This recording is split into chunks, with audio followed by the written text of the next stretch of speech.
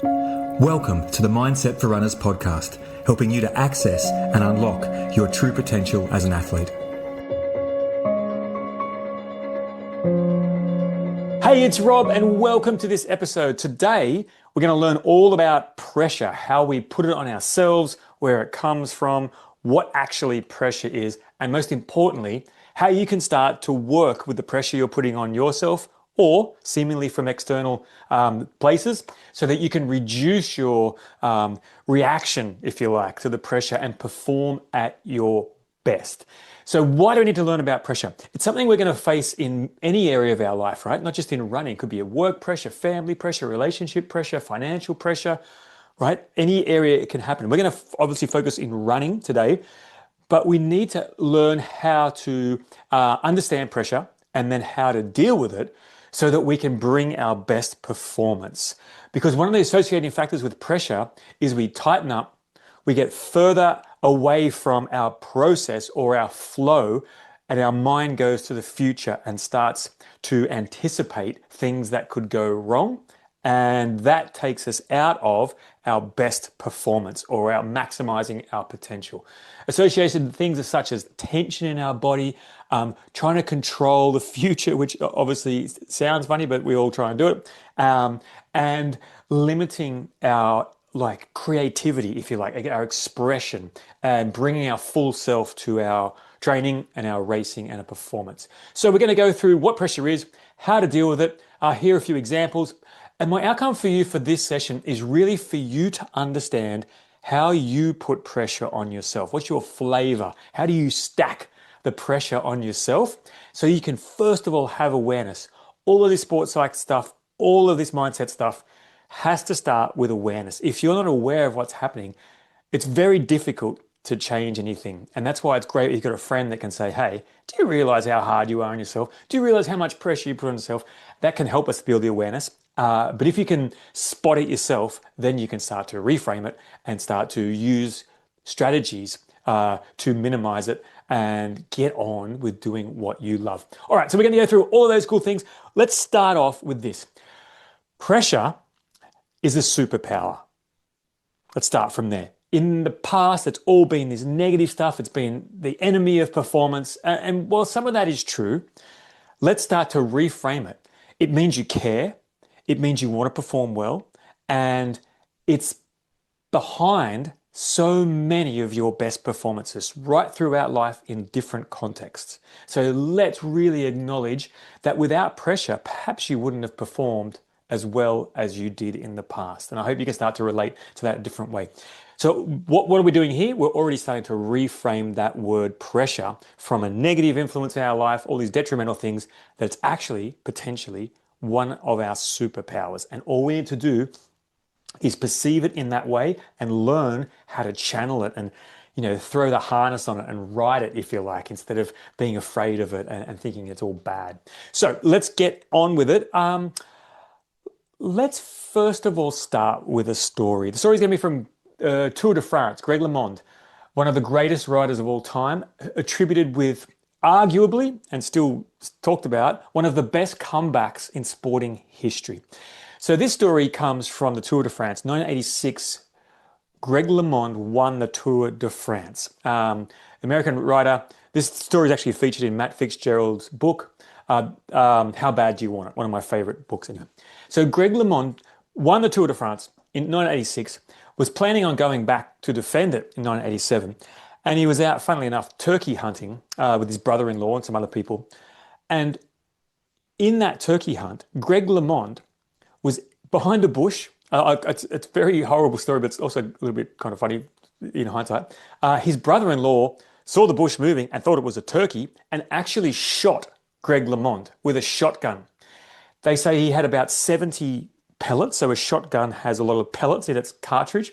70 pellets penetrated his body. One went into his liver, kidney. He lost a lot of blood. Doctors think that he was minutes away from bleeding out, and deep embedded in his spine as well. So Greg LeMond almost died from being shot from his brother-in-law in 1987.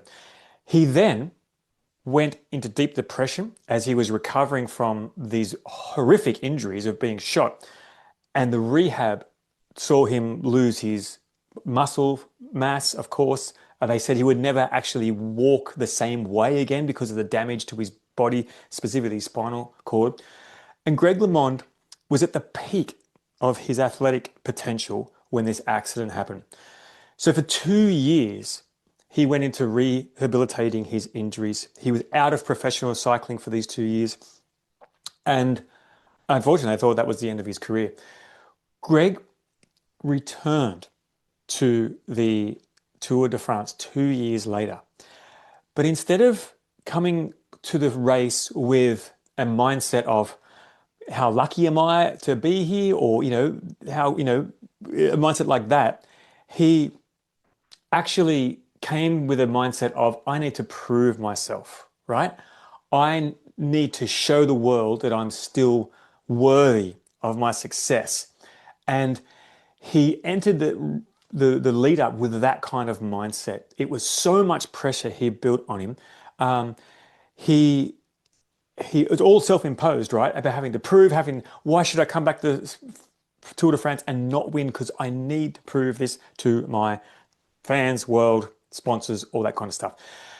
So in that Tour de France, he was struggling. He had his tight muscles, of course, racing thoughts, always a fear of failure. What if I'm not as good as I was? What if I don't live up to the expectations? What if I don't win? What if I'm never going to be as good as I was? Matt Fitzgerald says he went through this kind of metamorphosis during that Tour de France. This was in 1989, just to correct him. And in that race, he started to realize what he was doing to himself in his mindset. And Matt Fitzgerald said he entered this kind of shift, which he called non-judgmental competitiveness. And Greg LeMond shifted his mindset from having to win, must get the outcome, must prove myself, must still be good enough to be worthy. And he said in the book, it's quoted as saying, all I can do is give my best effort, moment to moment. Pressure is a sign I'm ready, not a signal that I'm failing. So instead of racing from a fear and a judgment perspective, Greg LeMond just rode on the bike in front of him, and he just did it moment by moment, best effort. That was his intention and his mantra. Greg LeMond went on to win that 1989 Tour de France by 8 seconds. And as I said, still one of the greatest comebacks in sporting history. He actually went on to win it a further time the year later as well. Did the pressure disappear? Well, it was still there. He just changed the meaning of it, and his performance followed. So let's have a deep look into what pressure actually is. If you look at an equation, pressure equals meaning plus uncertainty, right? So pressure is a combination of how much we care or how much this means to us, and then the uncertainty of the outcome. So I wonder if you can start to break it down, maybe a previous race or event that you've done, and think about how you built that pressure. Did you make that race mean that if I can finish this race, it means I've finally good enough, right? If it was tied to your self-worth. But if I fail, who am I? And where do I go from here? Did you make it mean that if I can PB at this race, it means I'm improving, or it means that I'll finally feel good enough in my running club? Will it mean that you have the ability to win the race or to get a sponsorship or something? Does this all hinge on this race? And then the uncertainty thing. How you deal with that uncertainty. This is going to be another subject of a future podcast, because I'm actually looking at these studies on how the brain perceives uncertainty. And how does it do that? Threat, right? So our brain goes into a threat state, and it is afraid of the uncertainty because there's no certainty, funnily enough. And so when we enter the threat state, right, we go into, here we go again, it seems that every podcast is talking about that sympathetic response, fight, flight, freeze, fawn. And what we're doing is, oh no, this race is danger.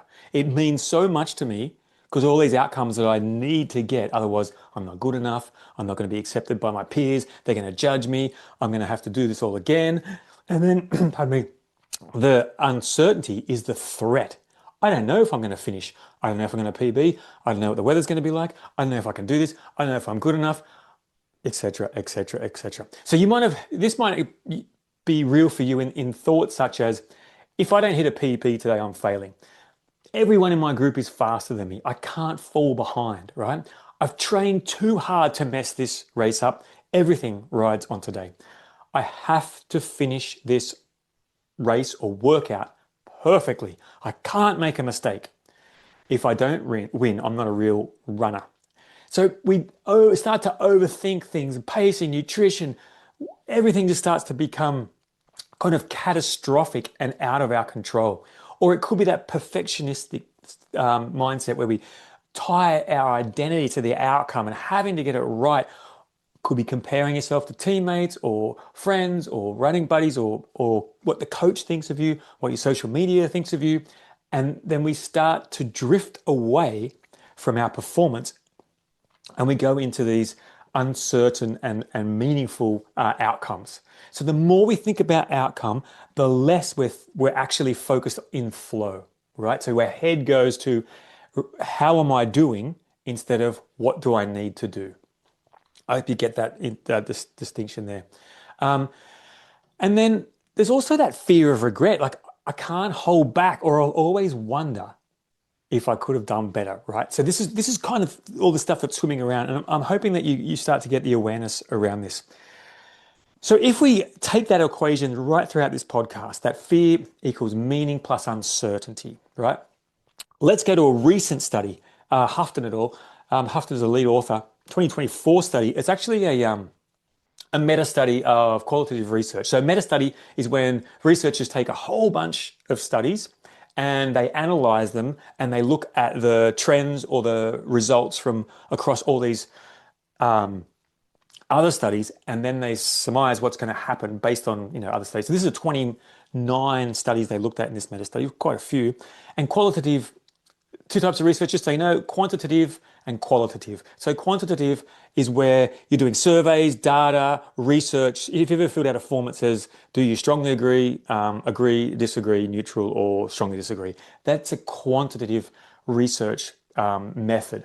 And they might look at ABS data or population data, that kind of stuff. And they gather all the data in an experimental design, and they come up with an outcome. Qualitative research is when the researchers will interview people one-on-one and get their subjective experience. So they might go to a running group and interview people about what type of self-talk do you use when you're running, and they might capture different experiences of different runners, and they'll report that in the study. So this is 29 qualitative research on elite athletes, and guess what?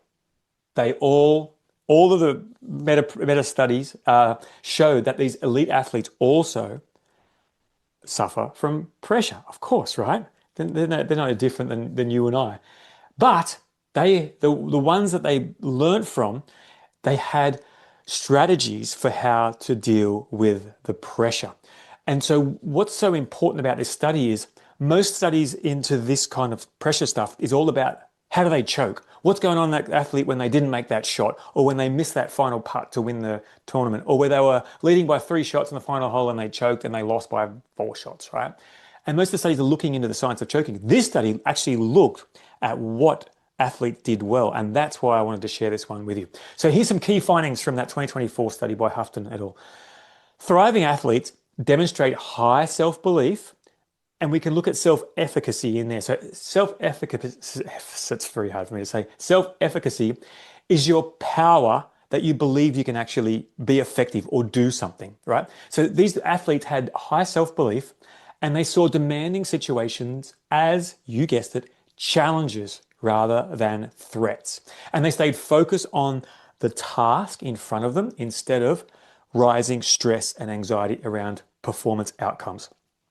Interesting. So we're going to start off with that. They saw it as a challenge instead of a threat. Like, oh no, this race is going to be the end of me, or my self-worth is tied to it. That's a threat. Bring on this race. I'm ready for this. I've trained as much as I can. bring it on. I'm here, I'm ready, let's go.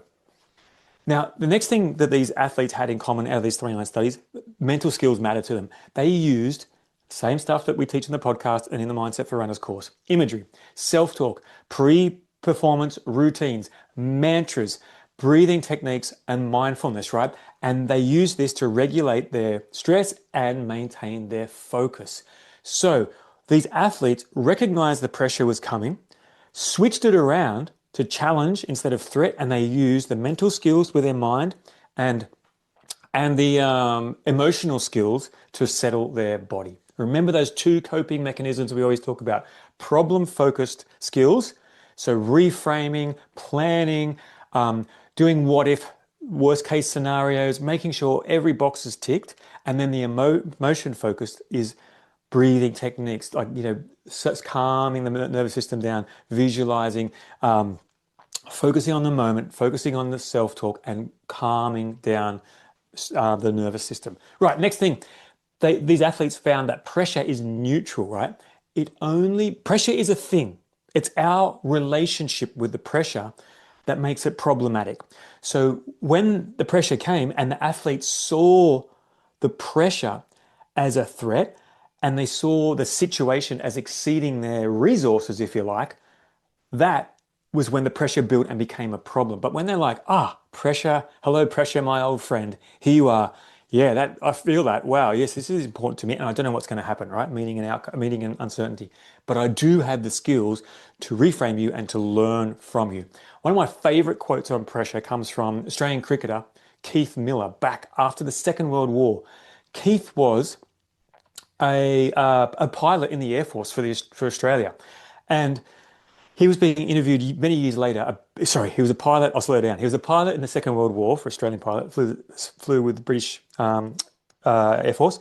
Correction, he flew for the Australian Air Force in Britain, and he's also an all-rounder in the Australian Test cricket team. Michael Parkinson, the famous interviewer, was interviewing Keith Miller many years later, and he said to Keith, "How do you deal with the pressure of playing cricket?" And famously, Keith Miller said, "Pressure is having a Messerschmitt on your tail." He said something else. Playing cricket is not, right? That is called a reframe, and it is a very good reframe. So when Keith Miller is flying in his Spitfire or Hurricane, whatever he was flying, and he had a German Messerschmitt following him, trying to shoot him down, he said, "That's pressure. Playing cricket? You got to be kidding me, Michael Parker." This is how we can start to reframe. And this is why we say pressure is neutral. It's our relationship with it. Our appraisal of that pressure will predict our performance. So athletes in this study who interpreted pressure as meaningful and manageable consistently performed better.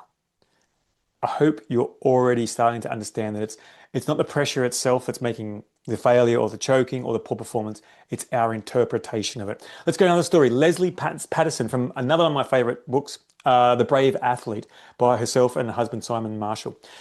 So pressure is coming from ourselves, is what Leslie said. She was a 5-time Xterra world champion triathlete, and she tells so vividly how she used to put the pressure on herself.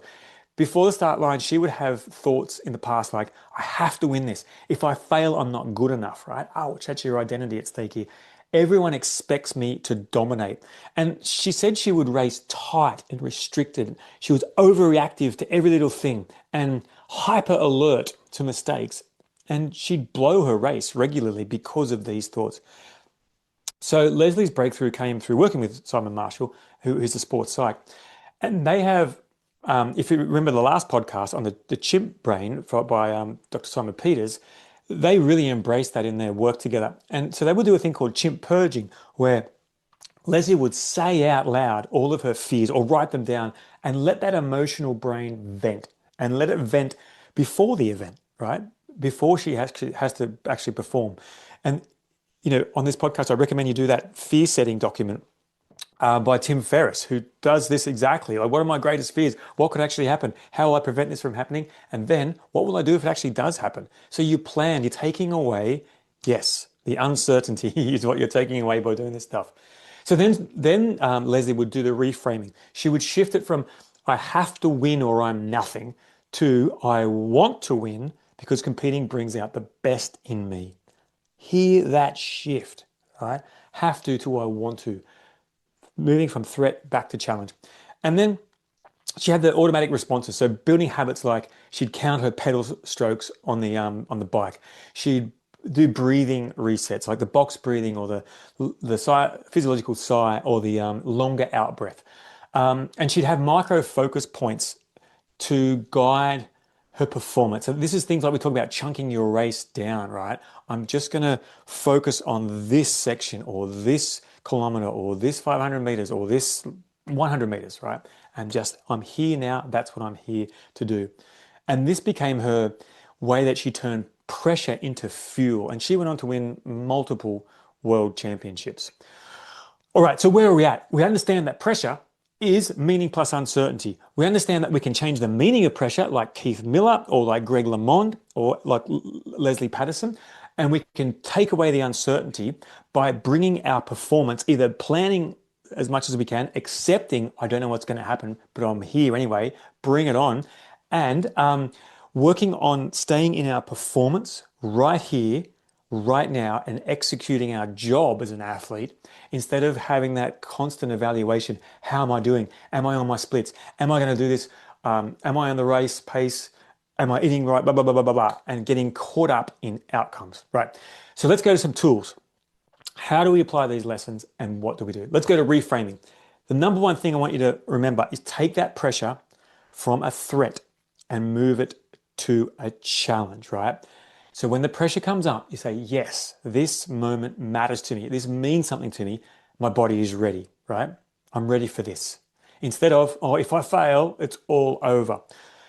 A quick break to talk about the Yerkes-Donaldson inverted U, which is where we talk about arousal in sports performance. Now, arousal is the word, it might, it's basically how heightened is your state, right? If you're going to enter a boxing ring, MMA ring, or even run 100 meters, you're going to want a heightened state, right? You're going to be pumped up. You have your pump up music on.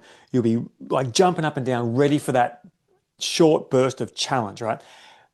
So that, when we call it inverted U, it's like a bell curve. If you've ever done a exam, if you've ever seen that, most of the exam results will be at 50%, and then you'll have, as the bell curve comes down, you'll have the lower scores and the higher scores. Same as that with your heightened arousal scale. So if you're going to go in the MMA ring, you want to be heightened state because you don't want to go in there and be chilled out and just kind of see what happens, right?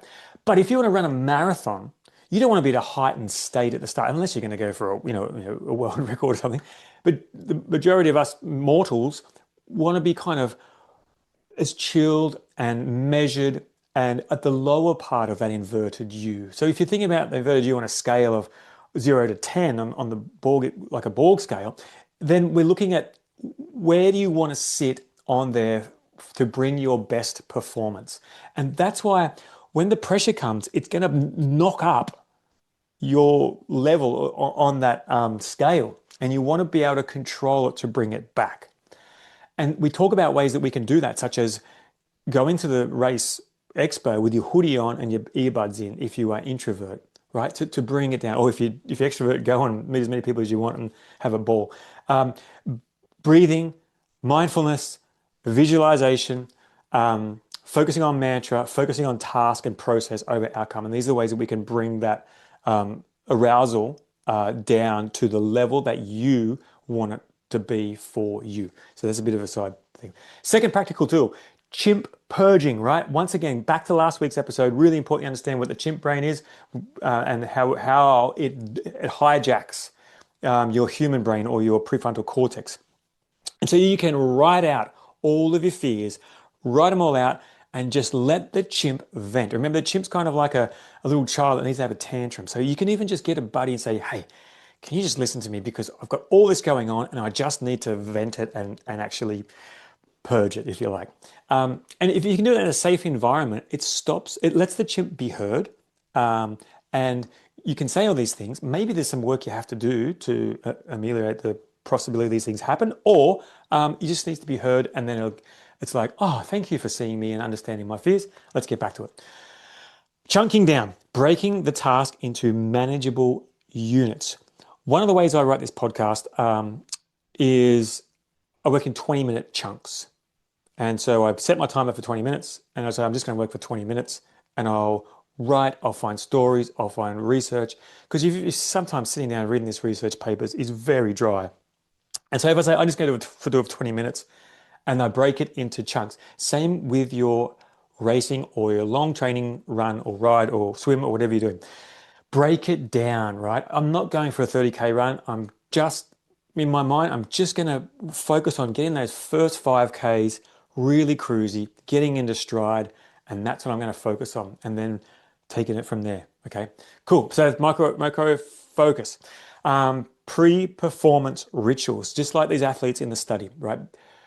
Breath work, breathing resets. Learn how.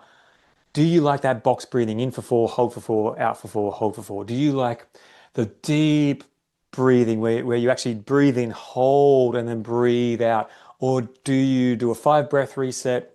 How do you use your diaphragm to calm you down? Because the premise with the breathing stuff is if you've got time to take a deep breath and it says to your body there's no danger, right? So when your body's responding to danger, it's tightening up and it's moving the blood to the extremities for you to run or to fight, right? And so if you say, I'm taking a bit deep breath, the body's like, well, there mustn't be any danger because they wouldn't be doing this. Just needed a quick sip. Okay, mental imagery, right? Go over your race or your task in your mind over and over again, right? Watch yourself doing it perfectly. Watch yourself doing it exactly as you want right through to the end. Then the ninja level is start to put in mistakes and things that could go wrong. This is where Bob Bowman took Michael Phelps through imagery after imagery after imagery of things going wrong. Jumping into so Michael Phelps, the most decorated Olympian of all time, jumping into the water, goggles coming off, missing the start, turning last, you name it.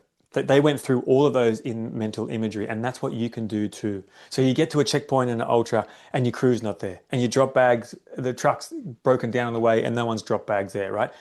But you know that you've prepared for that because you've got the spare little bottle and bar in your pack, which will get you through to the next checkpoint, right? Or you've got the water filter so you can get something from a stream along the way. And so you can see these potential errors and then you can start to have strategies to overcome them in your imagery. Okay, cool. Okay, pressure ladder. This is interesting out of a study. So what they were talking about was simulating pressure in training, right? So maybe your intervals are timed, or maybe you set an unrealistic time or a really tough time for you to hit in your intervals. So you're simulating the pressure, right? You might put on your entire race kit, pack all your clothes you're going to wear, and have that in training so you know exactly what it feels like to be running with a pack, your poles, all the equipment you've got to carry, mandatory gear, etc. And then racing with other people. So maybe you want to enter a couple of races before your race just to get that race energy around you so it's not overwhelming on race day. Right? Even if you're just going to do a few park runs, just to feel what it's like to be in the pack or have people around you, and you get where I'm going. So the pressure ladder is almost like exposure therapy in psychology, where if you've got a fear of elevators, you might start by looking at a picture of elevator. If you could do that, or just saying the word elevator, then maybe one day you might go to a building and have a look at an elevator, not go in it, of course. And the next time you go back, you might press the button and watch the doors open and close, watch other people get in there, and eventually you might walk in there but don't actually ride it. And this is all when you're ready, right? And then eventually you might jump in the elevator and ride it. So the same thing with the pressure ladder is how can you simulate pressure in training? And that is exposing yourself to the pressure that realizing that you can handle it, right? Because that's a lot of the parts, the meaning that we put on it, the uncertainty you have around it. It says, like we said earlier, it's exceeding our level of ability. And that's what I'm actually afraid of. So expose yourself to pressure and really try to put yourself in those uncomfortable positions if that's the thing for you. All right. So short and sweet, this episode, but hopefully you got something out. What I really want you to understand was how you do pressure. And I'm hoping you've got a little understanding of Is it other people's expectations? Is it the Strava file? Is it the social media thing? Is it your running group? Is it your family? Is it your partner, your kids, or somebody that is looking to you? And do you feel responsible because you're doing all this training that you need to have a performance out of it, right? Is it that you want to run faster than you did last year in the race? Is it that you had a DNF and now you don't want to have a DNF this year? What is your flavor? Is your identity tied to it? Like, if I don't finish this race, I'm not good enough, right? Ouch, right? But understand it. Once you understand it, you can do something with it, right? But until you have the awareness, like Jung said, it's kind of like that lion that's trying to eat itself, right? You don't know what's there. It's got power over you. So get the awareness. Understand that pressure is neutral and it's how we perceive it that shapes our performance. And understand that elite athletes have it too, right? All the athletes in the study, Greg LeMond, Leslie Patterson, and they had ways that they dealt with it. It took Greg LeMond a few days into that 1989 Tour de France, after being out for 2 years, it took him a few days of racing to realize what he was doing in his head, and he reframed it and it went on to win, right? So we don't want to fight the pressure. We want to use it as our superpower to sharpen our focus, to energize our performance, and ultimately to grow. So we can look back and go, wow, I did that. I felt that pressure and I changed it into a challenge instead of this threat. And I went through it and I did it. I'm going to embody that to take it into my next performance. All right, so next time you're thinking about your race, or you're at the start line, your chest is tightening and you're all tense and you're thinking, oh, I can't mess this up. I can't blow this race. This is so important to me. Go back to pressure is not your enemy. It's your brain saying, this matters to me, right? This is important to me. And then think about the tools we learned today. Think about the stories to reframe it and to release that pressure and to really step into your potential and thrive, right? And so with that, just remember your best performance is on the other side of that pressure. And if you've ever heard me talk about Phil Stutz's book, The Tools, it's about 20 years old now, I think. But one of those ways that he changed from challenge to threat was bring it on. He imagined that pressure as a dark cloud in front of you. And instead of hiding away from it, he's like, bring it on. The pain sets me free. And he imagined visualizing running through that dark cloud to the other side of that feeling where your potential and your best performance is waiting for you. Thanks for listening. I hope this was useful in some way and you gained awareness of your pressure building method or strategy and some tools with how to overcome it. And for all those who have got upcoming races in this race season, I wish you all the very best. And if there's one request I could ask, could you share this episode or an episode, your favorite episode, with somebody that you know who could benefit from this podcast? That would be the best way you could help me and to continue the time and resources that I put into it. Thanks so much, and I'll see you on the next episode.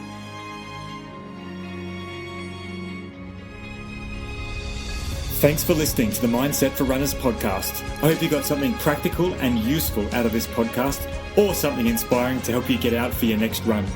If you have a question about Mindset for Runners or athletes in general, please email me at robmason.run@gmail.com and I'll answer your question on an upcoming podcast. And if there's anybody you know who could benefit from the information I share in this podcast, please share it with them. See you next time.